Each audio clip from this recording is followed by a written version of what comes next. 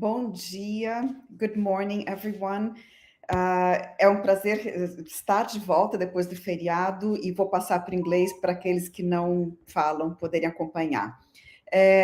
So it's great to be back after the weekend, after the Easter holiday, and today we're receiving Professor Samer Abdenoor from the University of Edinburgh. He's a senior lecturer at the University of Edinburgh Business School, and much of his research examines the organizational dynamics of entrepreneurship and humanitarian technology interventions in post-war and violent contexts. In addition to his academic work, he has served on the board of various schools and nonprofit initiatives, including Ashabaka, which is a global Palestinian think tank that he co-founded. So it's great to have you with us, Samer, and a pleasure to listen to you once again. Arlene, thanks so much for the introduction, and thanks for the invitation for having me. It's a pleasure to be here and a pleasure to be part of this program, and happy to share some thoughts and ideas. So anytime we're ready to have the presentation, ready to go. Thanks. So my talk today is titled Apartheid and the Infrastructure of Violence. And for the next slide, please. So this photo was taken just a week ago on the 5th of April at the Al-Aqsa compound in Jerusalem by Mahmoud Ilyan, an Associated Press photographer. Of course, the situation isn't remarkable. And from last week alone, I could have chosen any number of images representing violence in Israel-Palestine, soldiers murdering protesters, children included, in refugee camps in the West Bank, raids and violence. The Israeli military bombing Gaza again, and Syria again. Israeli settlers attacking and torturing Palestinian homes and properties, uprooting trees, killing livestock. Israeli politicians inciting violence, including ethnic cleansing, and the list goes on. And any one of these images, they bring up very different forms of violence, but as I'll aim to speak today, they are very much related and interconnected. Violence permeates every facet of life in Israel-Palestine. It is so present and so overwhelming that many people, journalists and analysts included, portray it as senseless, as complex, as cyclical, as rooted in ancient claims and a clash of civilizations, and as such, unresolvable, ununderstandable, unactionable. Of course, I and many Palestinians, the majority of Palestinians, I would add, disagree. And in this seminar, I hope to dispel some of these claims by presenting some frameworks, different frameworks, from which to understand Israeli apartheid, Israeli violence, in the hope they provide some clarity for analysis and possibilities for action. Next slide, please. So my objective is to present different frameworks or perspectives on the topic of apartheid and also the infrastructure of violence, rather than belabor historical details or developments, which you can find in the suggested readings, for instance, and other works. And just as just to be transparent, I'm not a historian. I'm not a legal scholar. I'm an organization theorist. I sometimes think of myself as a political sociologist, and that will probably come through in the way that I present this work. So why are different frameworks important? For one, they help us make sense of what often seems to be senseless. They help us link historical events with contemporary analyses. They help us reveal tensions and possibilities for strategic reflection and also action. And they aid us in communicating and leveraging in order to achieve political aspirations. So next slide, please. Now, these are the frameworks I would like to cover. But before I begin, I'd like to follow some of the other speakers in this course and share some of my own personal experience as it relates to the topic. So, both sides of my family were dispossessed in 1948 during the Nakba, the catastrophe when European settler militias committed horrific atrocities, including massacres, mass rape, and dispossession of 80%, or some argue more, of Palestine's native population. And my family on both sides were included in this dispossession and violence. My father was just a child when he was displaced under violence similar to the sort of Zionist pogroms we're witnessing against Palestinians in recent years. And my mother was born a refugee. Her family were dispossessed in 48, and she was born shortly thereafter. Now, of course, different patterns of dispossession provide some refugees pathways for mobility, and as a result of family who were able to immigrate to Canada shortly after the Nakba, my parents were able to gain sponsorship and migrated to Canada, where I was born, and hence why I have a North American accent. But being raised in the Western diaspora meant that I had to find some markers as a means to make sense of what was going on in Palestine, the violence against Palestinians and the denial of rights for Palestinian refugees, but it was also as a means to make sense of family traumas and family grievances. And one tends to do this from where they stand. So if I may, I'll share an excerpt of a text from an anthology of writings written by Palestinians in the diaspora in a book titled Being Palestinian, which was edited by Yasir Suleiman, to which I contributed. This notion of Palestine began to change at around 13 years of age with a newfound political consciousness. In a very short time, Palestine morphed from this background mundanity to some kind of grotesque abnormality. I came to understand my parents' frustrations and the family situation back home as part of a wider system. So what was this Palestine then? A theater of occupation, displacement, injustice and oppression, of humiliation, fears for family, state violence, vilification. Palestine was a struggle, and my personal Nakba a product of her narrative, a history of violence. Like many youth at that critical age, I found political hip-hop. The lyrics of Public Enemy reached into me deeply. They spoke an angry, sophisticated education of undercurrents in the world around me. Palestine was at once a Black struggle, a fight against institutional discrimination and violence. Olive steel in an era of chaos. Palestine became an indigenous struggle for self-determination, a stand against ethnic cleansing. I could be idle no more. South Africa's Bantustans, Biko, defiance at Oka. I began to understand. By the time the Gulf War had come, I had no choice but to make sense of my own politics, my difference. What I was trying to convey in this piece is that, like many in the diaspora, I came to understand what was happening in Palestine through shared histories of dispossession, subjugation, apartheid, and solidarity. Black Americans, First Nations communities, African apartheid. And according to many activists and thinkers, these different experiences of violence, as well as others, aren't simply connected to Palestine and the Palestinian struggle conceptually, but also materially. And I'll get to that later. And with that, I'd like to move on to the first framework. Next slide, please. So, apartheid is widely understood as a legal system of racial segregation, where a racial group is deprived of civil and political rights.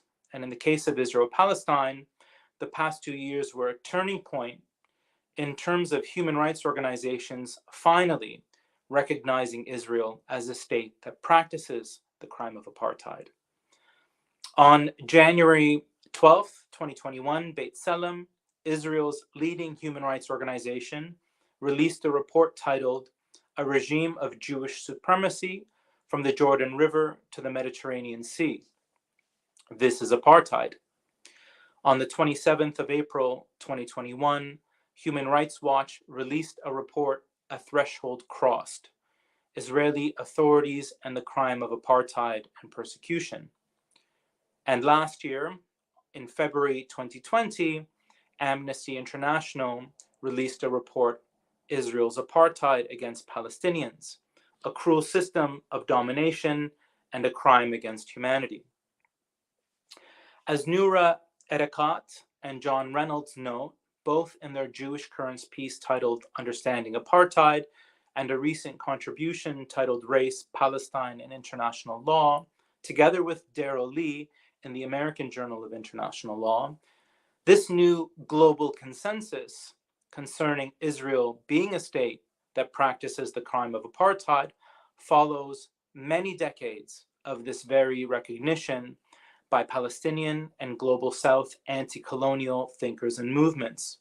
Further, what they help us see clearly is how apartheid, which was increasingly debated at the UN from around the 1960s, mark and articulated as a crime against humanity in a 1966 General Assembly resolution, and later, almost 20 years later, by the Security Council in a 1984 resolution, has two overarching interpretations with very different implications as an analytical framework, or as analytical frameworks. The first understanding of apartheid is as a manifestation of settler colonialism. In this originating conceptualization of apartheid, of which African apartheid is a defining context, racial segregation and separation, the policy of Bantustans, institutional inequality, and violence, of course, are understood as an outcome of colonial domination, with colonial here referring to European settler colonialism. In contrast, the second understanding tends to shed this colonial lens. In this more recent liberal understanding of apartheid, apartheid is reduced to a manifestation of inequality drawn along racial or ethno-national lines. To some, these may seem similar, and of course they overlap. However, the implications of each approach to apartheid differ greatly when it comes to using these as an analytic lens for understanding violence in Israel-Palestine, and also when thinking about how to challenge it. So, understanding apartheid within a settler colonial framework recognizes that the roots of racial discrimination, of inequality, and of violence are a product of ongoing settler colonial violence.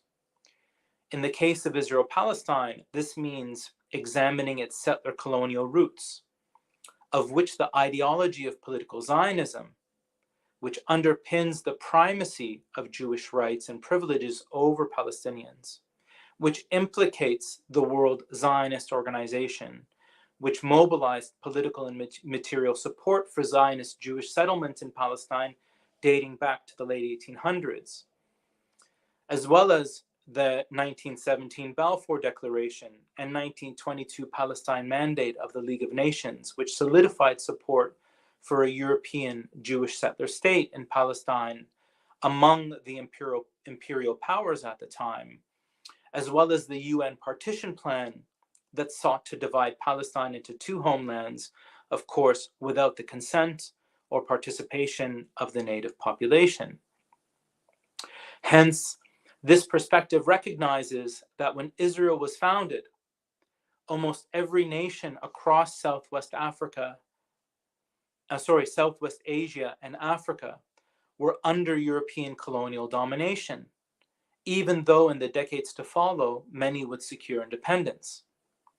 And I think this is something that is often neglected when we speak about Israel's settler colonial nature. At the time Israel was established, almost every country in the Middle East and Africa, what many refer to Southwest Asia and Africa, were under colonial domination. Israel wasn't then unique from that standpoint, though it was unique in the sense that the majority of people under colonial domination were already fighting and would soon achieve over the coming decades their independence. So further, from this perspective, apartheid is seen within the Nakba or catastrophe. Again, the mass dispossession of Palestinians during the founding of Israel, ongoing ethnic cleansing of Palestinians, and settlement of areas across historic Palestine by Zionist settlers, both in what is often referred to as Israel proper, or the occupied Palestinian territories, and denial not only of human rights, but also the right of return for refugees. So from this perspective of apartheid as a settler colonial system, the antidote to apartheid is decolonization. Decolonization here meaning justice, return, restitution, such as land and wealth distribution. So in contrast, understanding apartheid in a more limited sense as institutionalized inequality reduces the analysis and possible solutions to a question of rights and privileges. This approach does not seek to address Israel's settler colonial foundation, but to modify it. This position can be seen when assessing Amnesty's report, for instance, which does not seek to challenge Israel's Zionist ethno-national framing. So it simply makes a strong call for the need to ensure equal rights and opportunity, even within the framework of a quote-unquote Jewish state. This perspective of apartheid is in many ways an outcome of the liberal rights-based order that has dominated global engagement with Israel-Palestine since the signing of Oslo, which saw the beginnings of a neoliberal state-building project in the West Bank, even as Israel continued to expand its settlements and entrench its apartheid system over every aspect of Palestinian lives, as we can see today. From this institutional inequality perspective, the antidote to apartheid are rights, usually presented as possible within a two-state or a one-state solution framework. While this perspective may very well recognize Israel's settler colonial underpinnings in a superficial manner, its advocates rarely seek to challenge these. An example is the common framing of the 1967 occupation of the West Bank, Gaza, and Syrian Golan, as some sort of time zero for Israel's occupation and control of Palestinians, as if the atrocities committed to the land to Palestinians and the land stolen before then, especially during 1947 and 48, are somehow out of analytical view and off the restitution table. So when we hear about this question about 1967 borders, even many well-meaning analysts will discuss the occupation as being 55 or 56 years old, as if what happened before wasn't an occupation, as if Palestinian grievances before 1967 are somehow out of view.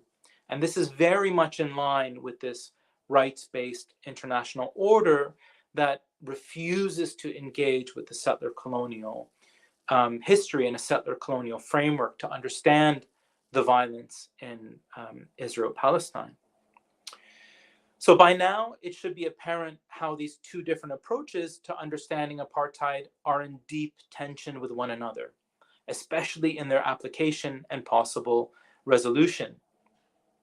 The first requires a deeper examination of apartheid as a manifestation of settler colonialism, and hence any serious challenge to it will require huge steps from the powers that be, namely Israel and its global backers, the US, the UK, and the EU. The second promises rights while holding Israel's status quo, which unfortunately for Palestinians has become a discourse with little teeth to affect real change. such as the non-existent peace process, can show us. One only needs to look at post-apartheid South Africa to see how, without tremendous effort at redistribution of wealth, at redistribution of land, and redistribution of opportunity, how the legacies of apartheid era inequalities persist. And many of us understand this as neo-apartheid, the collapse of formal legal apartheid, but the continuation of apartheid inequalities. And in many ways, I think this is a consequence of the rights-based understanding of apartheid and its resolution. Next slide, please. So, as an organizational theorist, I have often found the legal definitions of apartheid limiting. I realize they are absolutely important. They're grounded in political movements and the aspirations of political movements, especially anti-colonial movements from the 50s through to the 80s, and up until the collapse of formal apartheid in South Africa. They're grounded in international law, but somehow they've always felt to me incomplete. And this motivated me to write a short piece years ago titled Beyond South Africa, Understanding Israeli Apartheid, which was published with the think tank Al-Shabaka. In this piece, I sought to move beyond legal definitions to postulate an organization conception of apartheid. And this idea presents apartheid as three intersecting dimensions: the physical, the architecture or infrastructure, and ideology. The physical dimensions of apartheid are those very observable forms of violence. They're those things that we observe to separate and discriminate and harm. They are checkpoints and walls. They are settlements and settler-only roads. They're the ID cards and permit systems. They are tanks. They are tractors. They are separate judicial systems and prisons. They are databases and surveillance systems. They are drones, bombs, fighter jets. They are areas A, B, C, and other spatial demarcations that segregate Palestinians into various areas. These physical elements enact the violence that governs the lived and death experiences of Palestinians under Israel's system of apartheid, military occupation, siege, and even in exile. We know a great deal about these physical dimensions because they horrify us. They capture our attention. They can be counted, they can be classified, they can be photographed and shared widely through social media. When people point to apartheid violence, it is usually in relation to these elements. The architecture or infrastructure dimension refers to the regulatory, political, and economic elements of apartheid. They constitute the institutions, the systems, the industries, and bureaucracies that enable states, society, and economies to function. The architecture of apartheid can sometimes be extremely elusive. It cuts across multiple sectors, and the connections between these often remain unclear. An example are Israel's military industries, which connect to almost every facet of Israel's economy and society, linking universities, technology industries, the military, police, and settlers into the web of relations that both produce and maintain the violent subjugation of Palestinians. Though physical elements by their very nature convey separation, the architecture that produces and maintains these often reveals quite the opposite. The use of the Israeli shekel by Palestinians and manufactured dependency on Israeli goods and services, given the intentional destruction of Palestinian productive capacity, are two of the many examples that convey the interdependencies between Palestinians and those who commit violence against us. The ideology, moving on, the ideology dimension refers to the ideals that legitimate apartheid and violence and enroll the public into its production and maintenance. Ideology can be described in terms of racism, settler colonialism, political Zionism, religious fundamentalism, neoliberalism, and many other isms that academics like to speak to in their analyses. Like the physical elements of apartheid, ideology is highly relevant to apartheid's architecture. But ideology, being intangible, must be deduced and analyzed through discourse, including legal documents and rhetoric, and also the physical techniques of control that they produce. One feature of ideology is that it blinds. We are witnessing this in relation to the protests in Israel against government reforms. That hundreds of thousands of Israelis are protesting to supposedly save a democratic system that, when it comes to Palestinians, is apartheid, to many appears insane. But this is a product of Zionist settler colonialism, the racist dehumanization of native Palestinians to the point where their rights and lives are irrelevant. The dimension of ideology has also led to a mundane, taken for granted, everyday apartheid. Poorly understood, the mundane is highly significant to the maintenance of apartheid's architecture. For instance, Israeli journalist Amira Haas once wrote that hundreds of thousands of perfectly normal Israelis who are not violent at home are partners in the mission of administering, demarcating, restricting, and taming the other society while cumulatively damaging its rights, welfare, and well-being. Scholar Rashid Khaldi places this in the context of Israel's settlement industrial complex. In addition to the 450,000 plus Jewish settlers in East Jerusalem and the West Bank, this includes hundreds of thousands in government and in the private sector whose livelihoods and bureaucratic interests are linked to the maintenance of control over Palestinians. Taken together, this permits a majority of Israelis to live prosperous lives, relatively insulated from the ethnic cleansing of Palestinians, and I have little doubt that many Israelis go to work, go shopping, take care of their families, and enjoy the luxuries of the first world without appreciating how deeply embedded and integral they are to the architecture of apartheid. And at the same time, a huge majority of Israelis do realize this, including almost all of the political leadership of Israel, and simply don't seem to care enough to take action. This too is ideology. Can we move to the next slide, please?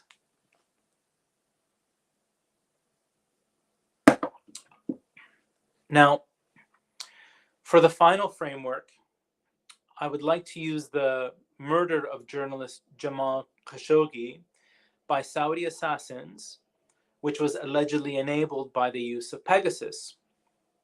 Pegasus is a military-grade spyware developed by Israeli cyber weapons company NSO Group. And I'd like to use this example as an introduction to examine what I call Israel's military innovation ecosystem. The premise of this work, which was recently published as an essay in the journal Organization Studies, examines how organizations within Israel's military-industrial complex are dependent on violence against Palestinians for the development, experimentation, and testing of weapons and military technologies that they in turn sell on the global arms market.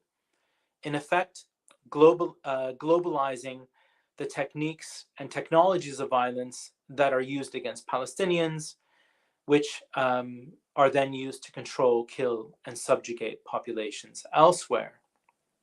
Next slide, please. By military innovation ecosystems, I refer to the constellation of industries infrastructures, and organizations involved in weapons development, testing, and sales. They include military and state agencies, tech startups and private companies, universities, research institutions, banks, and venture financing. And as Catherine Chandler writes in a recent article, they also enroll actors not conventionally involved in weapons development, such as public research funding agencies, which are increasingly funding what is called dual-use technologies, meaning technologies that have both civil and military application, and drones are one of many examples.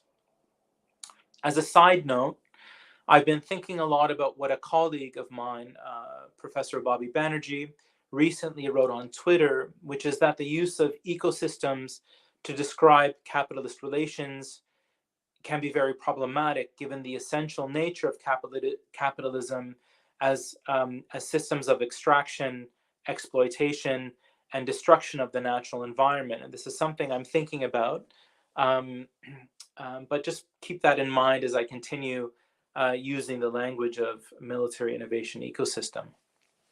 So in my view, and as I explain in this piece, there are three factors that give Israel's military innovation ecosystem a unique capacity to develop and sell weapons globally. First, Israel receives unprecedented subsidies in the form of US military aid. This amounts to almost $4 billion annually and has totaled over $250 billion since Israel's founding. This is coupled with political protection at the global level that gives Israel almost complete immunity for crimes against humanity and carte blanche opportunities to innovate and monetize from violence.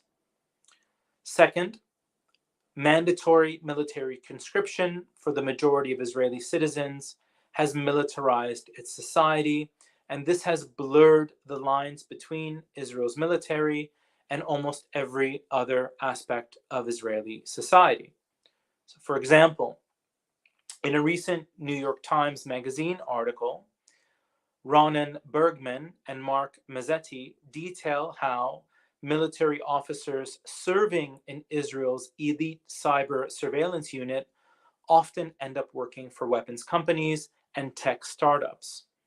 Another example is close collaboration among Israel's military, its police forces, and extremist settler organizations, the latter representing a significant and growing percentage of Israel's population, and as we have seen, a political force. Third, Israel's regime of apartheid and military occupation subjects 6 million Palestinians to extreme levels of surveillance and violence.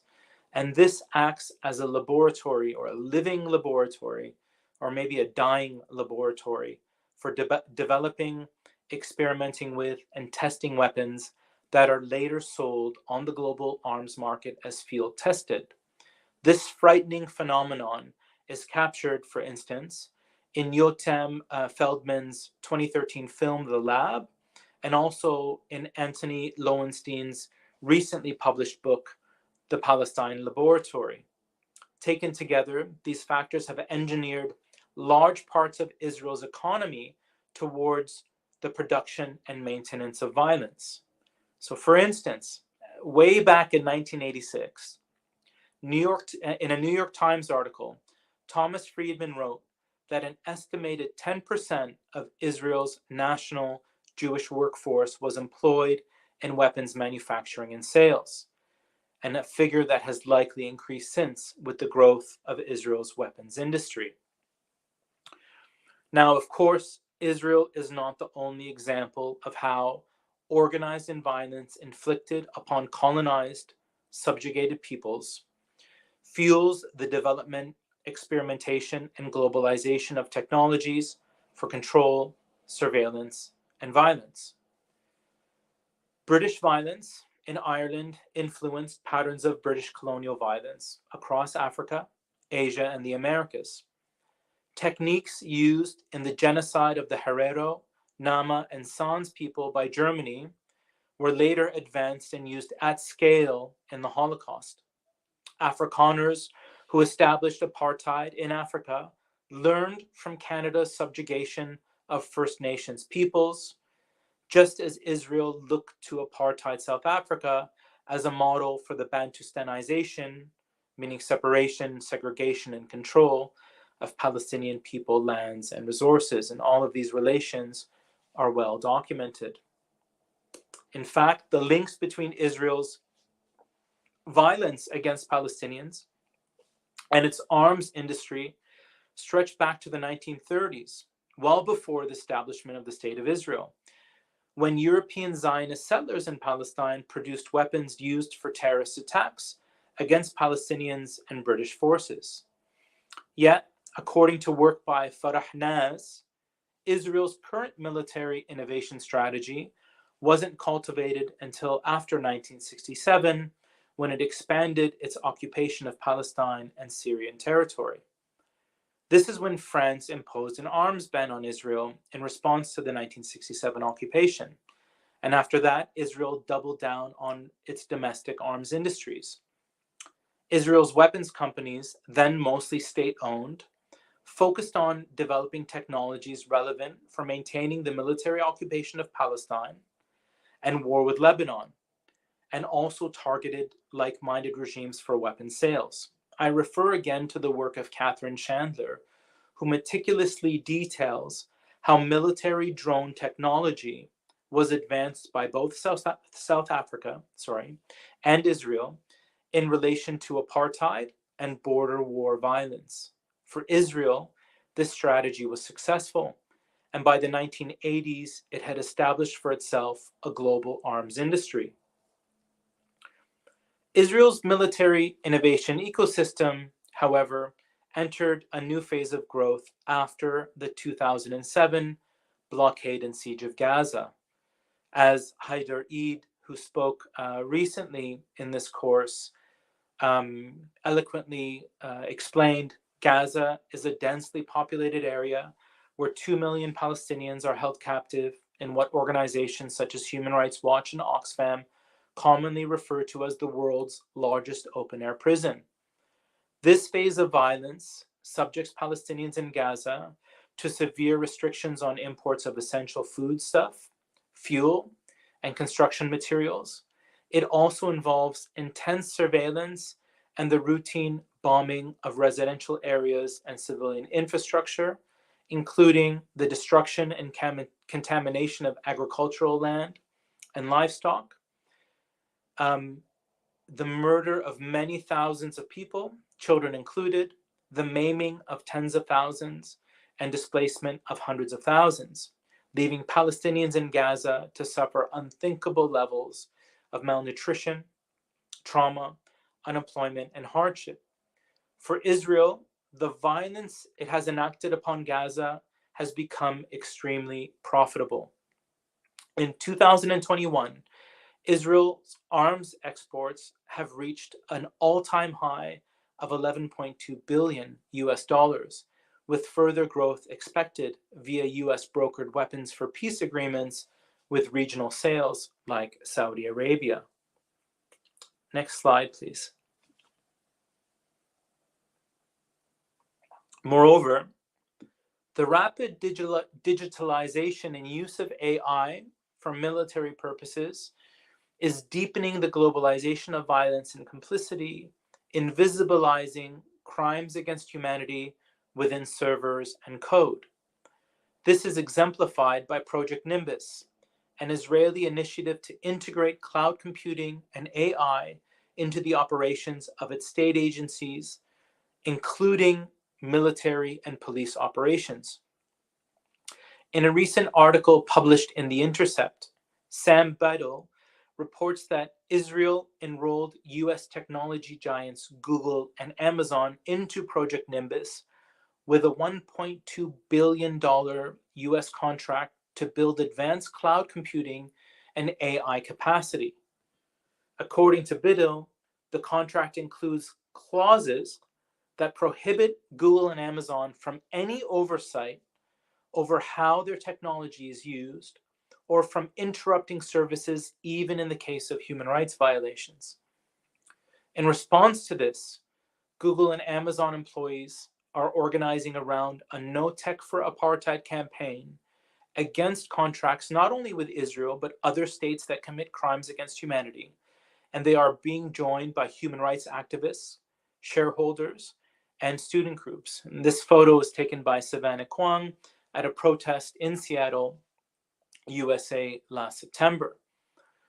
The global significance of Google and Amazon's engagement in Project Nimbus should give all of us pause for thought.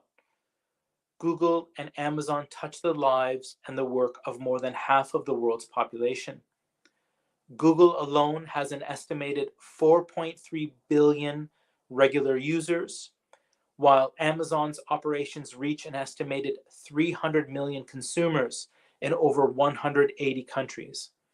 This raises so many ethical and moral questions concerning our own complicity with organized violence. So in the piece, I raise the question, are we not morally compelled to act when companies whose services and technologies we use enable or enact crimes against humanity? Of course, for Palestinians, the answer is yes. Frustrated by a non-existent peace process and lack of any recourse to hold Israel accountable, in 2005, a coalition representing the full spectrum of Palestinian civil society launched a global campaign modeled on South Africa's anti-apartheid boycott movement to target organizations complicit with Israeli apartheid and military occupation. As Omar Barghouti, a BDS movement and co-founder, details in a recent article, the Palestinian boycott, divestment, and sanctions movement is a global, anti-colonial, intersectional movement with the explicit goals of realizing Palestinian freedom, justice, and return. And here again, we hear the language of decolonization, not necessarily rights. And this links back to the original dual faces of apartheid that I presented. Those familiar with apartheid in Africa know that dismantling it took decades of anti-apartheid, anti-colonial action, including boycotts and sanctions. Yet Israel's regime of apartheid and military occupation is far more bureaucratically entrenched, technologically advanced, and globally embedded than African apartheid ever was.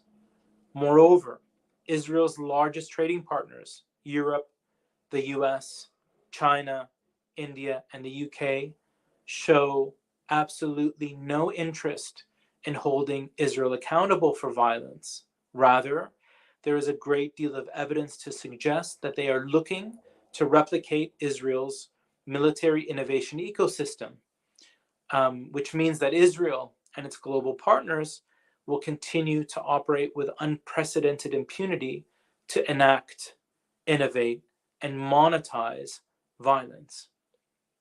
And I think at this point, I'll stop and we can move on to questions.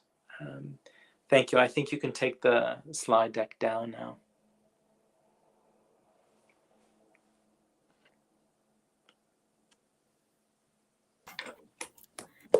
Thank you very much for your class, Professor. Your exposition was so clarifying. Understanding the frameworks of Israeli apartheid allow us to understand a little better the atrocities and hardships faced by the Palestinian community. We know that as long as the colonial system is in place, the Nakba continues. Now we are going to the QA session, and the first one is it mandatory for Palestinians who are Israeli citizens to serve in the EDF? No, I understand that it is not mandatory for Palestinians to serve in the IDF. Now, that said, I would also like to state that, I am aware also that there are different religious communities within Israel that do not serve in the IDF as well. So this is why I noted that the majority of Israeli citizens, but there are exemptions for people based on religious and other reasons. Great. The next one is, why is the olive tree is a Palestinian resistance symbol? And why did the IDF use it to destroy it? Sorry, the destruction of olive trees? Yes. Yeah. So the olive trees are, for Palestinians and for any people in the Mediterranean region, olive trees have been a central aspect of livelihoods, agriculture, and culture for hundreds and hundreds, if not over 1,000 or more years. So the olive tree is really an important symbol for Palestinians. For Palestinians, it also represents our roots and our ties to our land. And this is why olive trees are also a routine target by Israeli forces, Israeli state, and of settlers. So burning olive trees, uprooting olive trees, the destruction of farms, the destruction of historic villages to build parks and settlements is one way of attempting to break Palestinian roots to the land economically, and also culturally, and also in terms of subsistence. And for many Palestinians, I think this raises really another important question, is that there's a very recent discourse among some Zionist communities that tries to portray Zionists or Jewish settlers in Palestine as indigenous. And for many Palestinians, this is a bit absurd, because religions, Judaism, like Christianity, which obviously originated in Palestine, spread around the world, not just through the migration of populations, but through conversion. And any indigenous peoples nurture land. They nurture the natural environment. This is something that's fundamental and shared by indigenous people all over the world. I know you have this in Brazil as well, with indigenous populations. And so, people who come and destroy native species, native trees, uproot them, and they do that to harm other populations, yet at the same time claim indigeneity is for us, incredible hypocrisy. Great, thank you for your answer. The next one is, do they share this technology with Palestine Academy? Sorry? Do they share this technology with Palestine Academy? Oh, so when we talk about military technologies? It's an important question. There's quite a lot of really good work that is written about Palestinian universities, and the Palestinian education system and universities are under the same constraints and limitations and violence as the rest of Palestinian civil society. So no, almost every Israeli university is somehow linked to the Israeli military, or through technologies that are used in Israel's weapons industry, or in some type of research that supports military industries. Palestinian universities are quite disconnected from that. So And even, for instance, during the Intifada, which means the uprising, so there have been two major recognized intifadas, and many analysts suggest in 2021 there was a third called the Unity Intifada. Often Palestinian schools and universities are also attacked, so they face routine and regular closures by the Israeli military. Some of these have lasted also many years, so up to 5 years of closure in the first Intifada.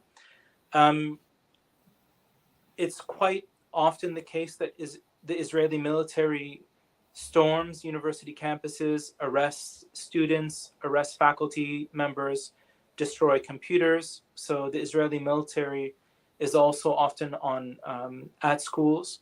There have been routine bombings of schools and universities, for instance, in Gaza. During the routine, seems almost every 2 years, there's a massive bombardment of Gaza. And many universities have been hit, and also schools, including United Nations schools. So, the apartheid system, the segregation is really total, and this is why the Palestinian boycott, divestment, and sanction campaign have also called for a boycott of Israeli academic institutions and partnerships with Israeli academic institutions. And as a note, this doesn't target individual academics, but institutional relationships, because universities are so complicit in violence against Palestinians. And at the end of my essay, the one that I had spoken from, when I raised the question of challenging our own complicity in violence, that was also a call to my own colleagues, because many business schools and engineering schools all over the West, and indeed all over the world, have relationships with Israeli institutions that are deeply, deeply wedded to the production of violence against Palestinians, and also to the weapons industry that exports technologies of violence globally. Okay, thank you. The next one is, at the present time, when the Israeli ultra-right is trying to take over the judicial system, what are the ways to deal with this apartheid?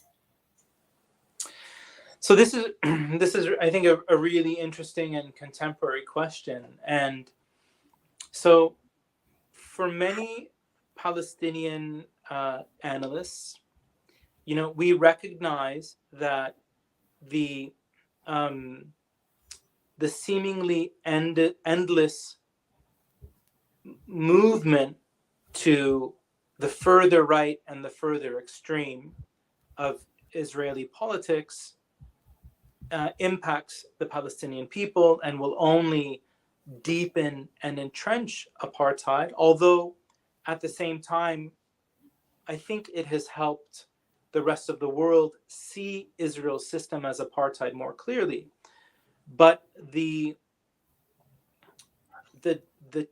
tension, the political tension that Israelis are protesting, for many Palestinians is an Israeli-centered issue, because neither the parties that are protesting for judicial reform, nor those who are protesting against it, seemingly have any interest in actually ending the system of subjugation against Palestinians. So even those Israelis that are on the streets protesting what they see as fascism are themselves, for the most part, quite comfortable with the 75 years of brutality, of ethnic cleansing, of occupation, of subjugation against Palestinian communities, and seem to have very little cognitive ability to link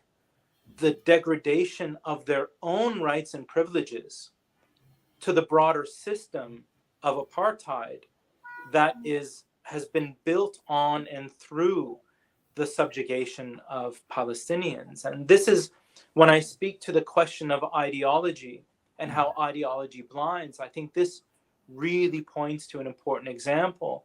And this is not the first time that we've seen Israelis protest in the hundreds of thousands over issues like rights or social justice issues. But when it comes to Palestinians, there is an utter and total complete silence, which is a de facto agreement with the status quo. It's as if Palestinians don't factor into those concerns. And I think that really illustrates. So in a way, one would hope that, the recognition by a subset of Israel's population of, the growing fascism, and I say growing fascism because I don't think it's a turn to fascism. In many ways, Israel has always been fascist. But when it comes to Palestinians and Palestinian rights, one would hope there's an opportunity for a broader kind of consciousness, and maybe that will come at some point. What it certainly has done, I think, is help Jewish communities that are, Jewish Zionist communities that are supporting Israel. So traditionally, Zionist communities in the West or globally, not only just the West, but also globally, that have always supported Israel, because a huge majority of Jewish people outside Israel are anti-Zionist and are against Israeli state violence, and have always been, actually. But it is really complicating those communities, those Zionist communities who have always supported Israel financially, politically, etc. It's making them very uncomfortable, because they recognize that that there's this really disjuncture between their own ability to present Israel as a liberal, Western, innovative, democratic, safe space.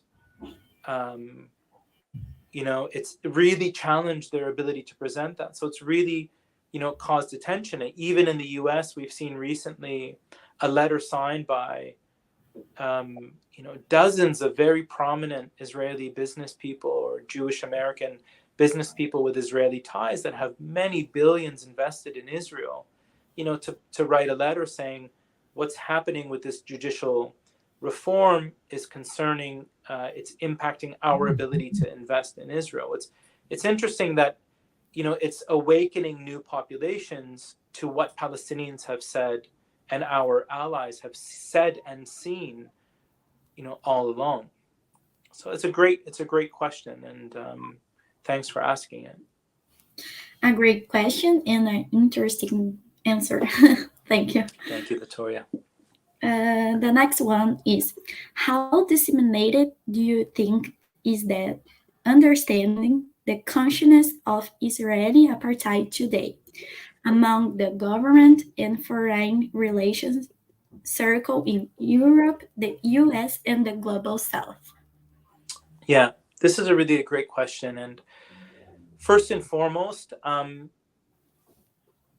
it's important to recognize that Israeli politicians have also recognized this apartheid system going back decades. So even using the language of apartheid for decades.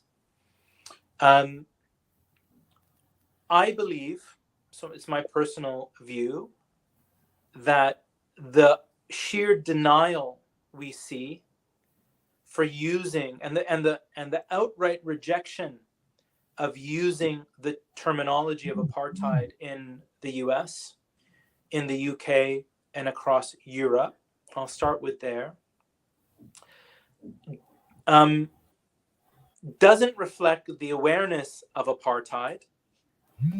Sure, there are maybe many policymakers that are quite uninformed about what's happening in Israel-Palestine, but I believe they're aware, but they don't admit it because admitting a crime against humanity requires taking action upon it. And there is a lot to protect in the relations with Israel. For one, trade relations,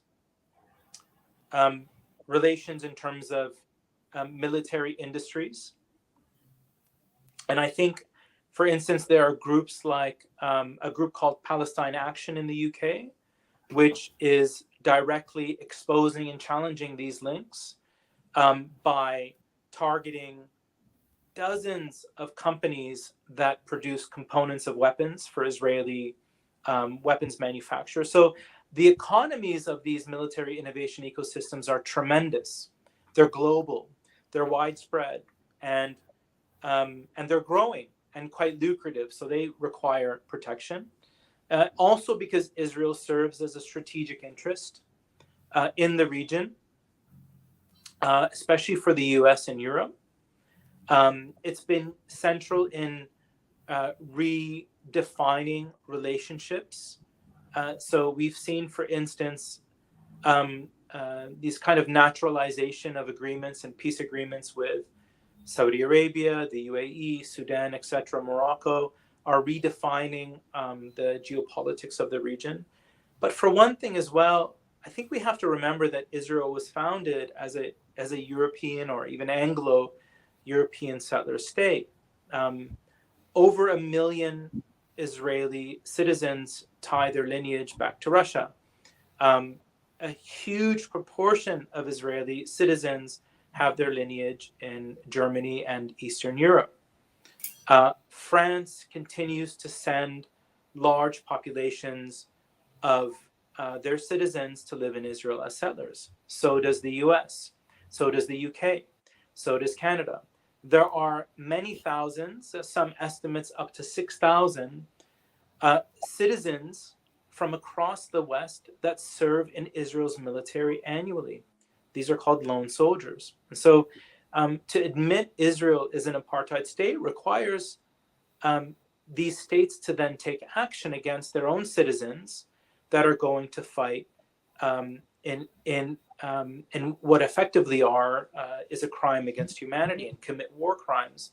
And we would likely have to see these states take action the way they did when there was a recognition that many citizens from the West were going to fight with ISIS, for instance, in Syria, as foreign fighters.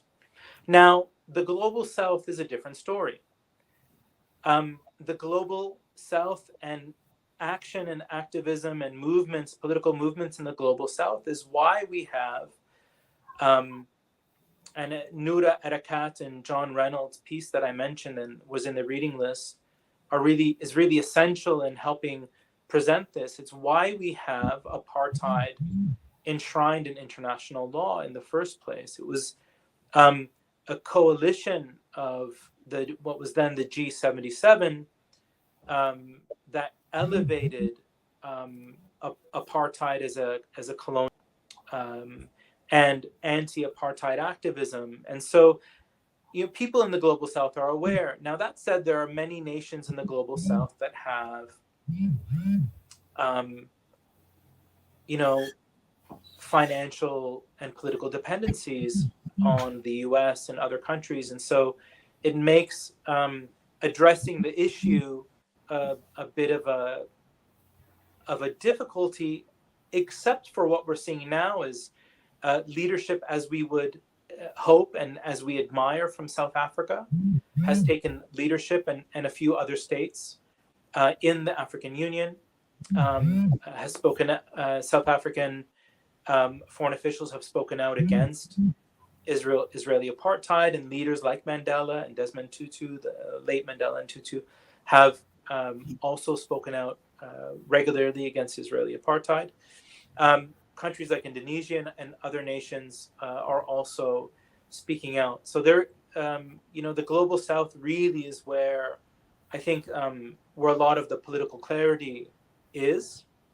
And in my view, for instance, that, there may be some people that, that think Western states protect Israel simply because it's Israel, or they've embraced kind of anti-Palestinian racism, and that may very well be true. But I also think they're protecting economic, military, their own citizens, and geopolitical strategic interests.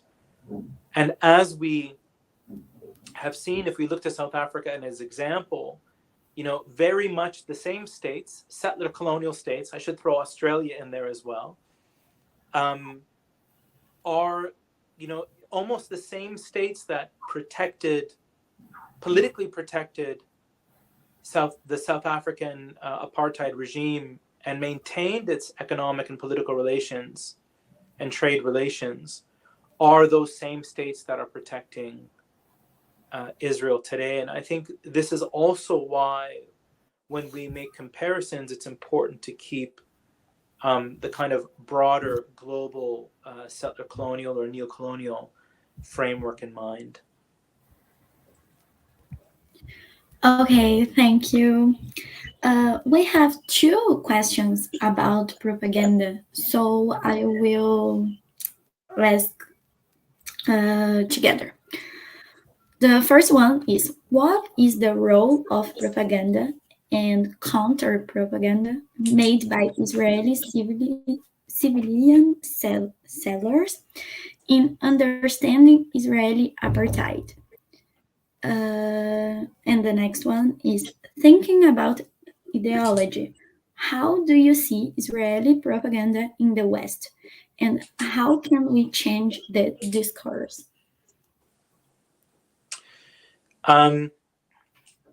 So, I mean, this is a great question. And Israel has long invested in propaganda. I think maintaining its perception of liberalness, its liberal kind of facade with Western populations has been really important. And for years, Israel has invested at the state level billions, actually, in propaganda. There's what is often referred to as hasbara, or propaganda. So if you're searching about Israeli propaganda, look up the term hasbara. So we've seen, for instance, Benjamin Netanyahu in the past has labeled the Palestinian boycott, divestment, sanctions movement one of the kind of greatest strategic threats to Israel. This is interesting because the boycott, divestment, sanctions movement is a nonviolent movement. And it's really unfortunate that Palestinians always have to say it's a nonviolent movement, that we have to condition it. But it is a nonviolent movement that calls for equal rights for everyone within the confines of a Israel-Palestine settlement. It doesn't call for a specific one or two states, but it calls for equality. And a nonviolent movement calling for equality is a strategic threat. That's really quite interesting when we think about that. And at that time, Netanyahu announced the investment of hundreds of millions of dollars into programs. So we see also on social media, you have quite literally armies of people engaged in propaganda. There are strategic collaborations with the Israeli state and platforms such as Facebook and Twitter and others. So there are, Transparency International and many Palestinian organizations have been documenting the censorship and silencing of pro-Palestine voices on social media. But also what we have in the US and the UK are lobby groups and groups that, give tens of millions of dollars to political campaigns to try to sway policy. And a big part of that, I think, especially in the US, is convincing Congress people to continue to give Israel the 3.8 or 4.8 billion dollars a year in military aid, no strings attached. And we've just now are seeing, one of the first calls by Senator Bernie Sanders and others to and the squad, who are known as the squad, to put strings attached and challenge that, to actually tie aid to Israel to ensuring that it changes fundamentally its system of occupation and apartheid. And so, I think the propaganda is really, again, in my own view, the propaganda is essential for Israel and its supporters globally in order to continue giving Israel political cover at international forums, but also to keep open trade agreements, to keep open funding military aid and funding to the tune of billions annually. And so I think it's really essential. Now, it's interesting, counter propaganda is an interesting term. One that I've seen some people use. I tend to not use the term counter propaganda, but I do see, the importance of, strategic positioning of a particular discourse. I think this is why when you see a lot of organizations that are seeking to confront complicity with violence, such as the No Tech for Apartheid movement that I mentioned earlier, and I would encourage everyone to have a look, and also the Palestinian boycott, divestment, sanctions movement, there really is an appeal to international law, even though international law often falls short of providing justice.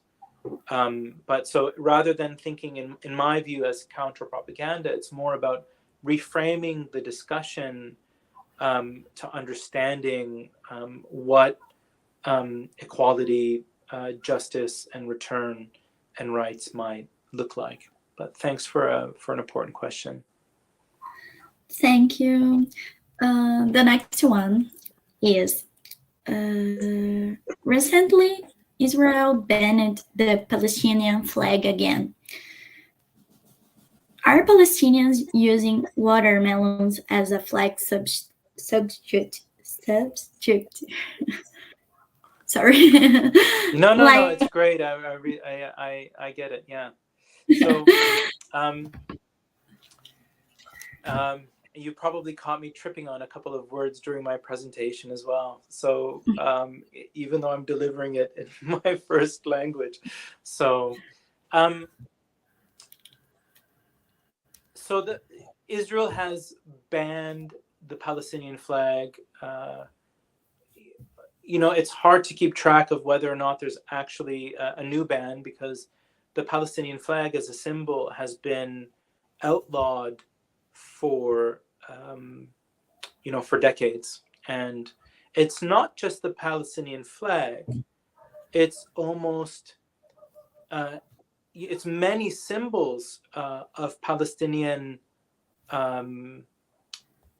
national aspiration, but also cultural. So for instance,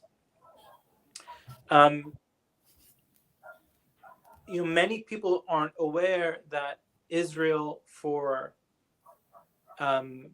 decades had actually prohibited Palestinians from collecting certain wild herbs, like oregano, what we call za'atar. It's something that is fundamental. It's a staple in Palestinian diet. It's something that we eat and consume all the time. They have prohibited the collection of. So there are attacks and there are bans, not just on the flag or other symbols of Palestinian, nationality or heritage, cultural heritage, but also other symbols. And yeah, so the watermelon in recent years has become, more widespread, of course, because of the colors. And there are some, Palestinian artists that are doing really nice work.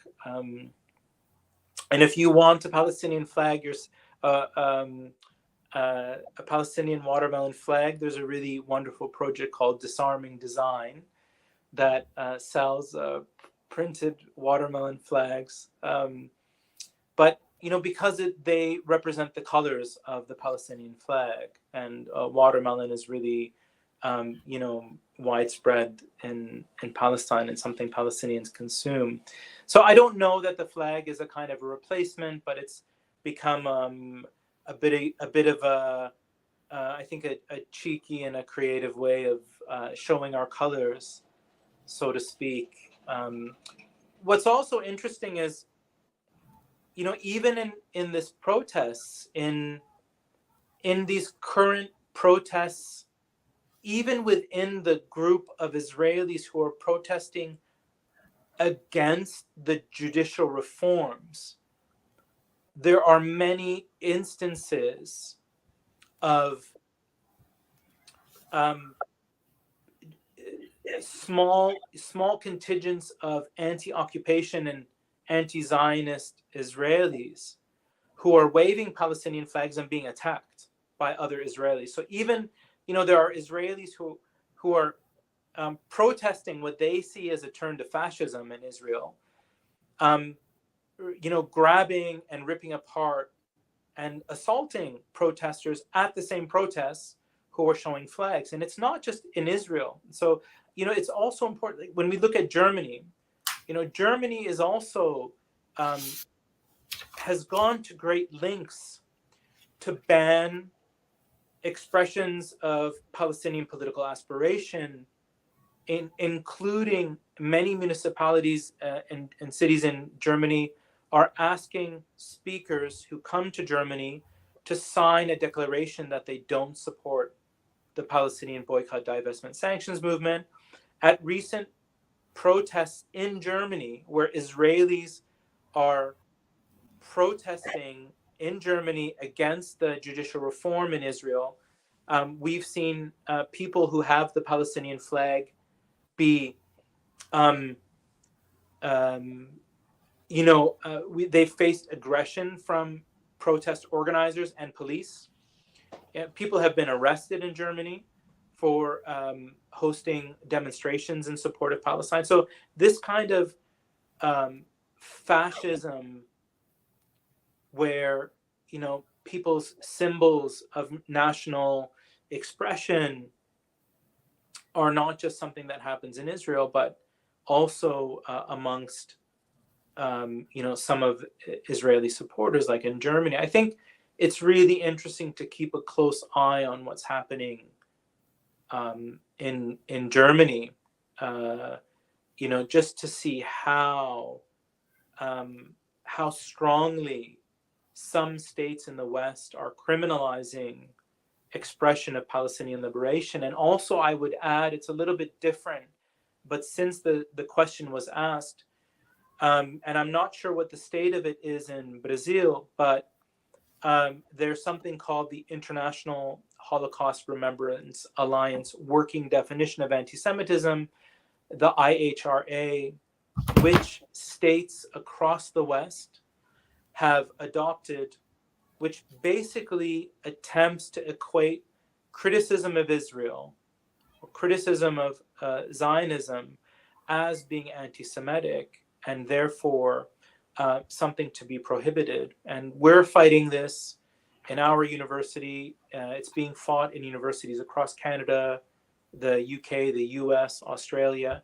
But Germany has adopted this quite strongly and at all levels of politics and society, and has therefore made it very difficult to people to speak about Palestinian rights and to bring it back to the question to even show the Palestinian flag.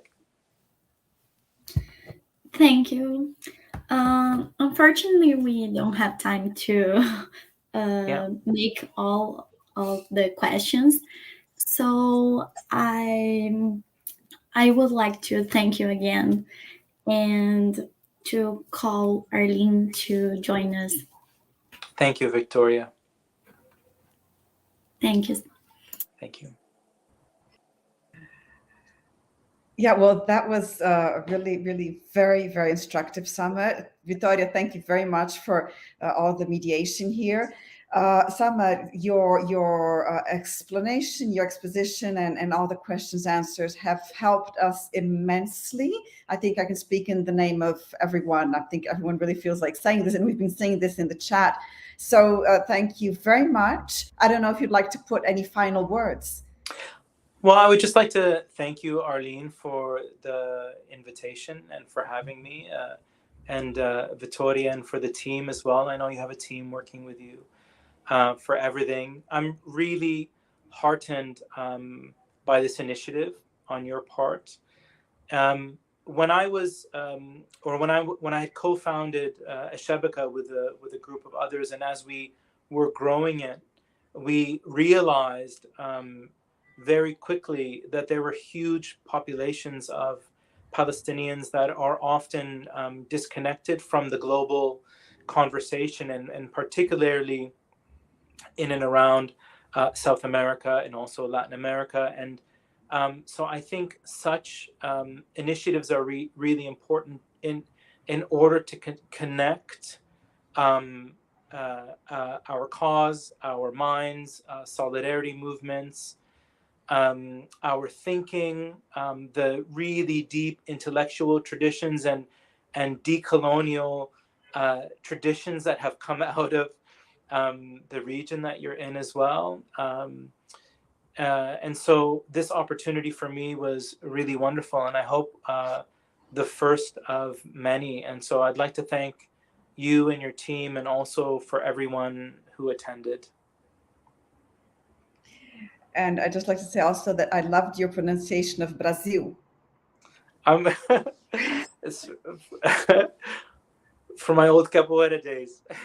Great. So we do hope to see you here in Brazil, who knows, shortly. One day, Yeah, certainly. Yeah. Let's So make it happen. Yeah. Thanks so much. Take care. Thank you. Thank you to everyone, and to you, Sama. Okay, thank you.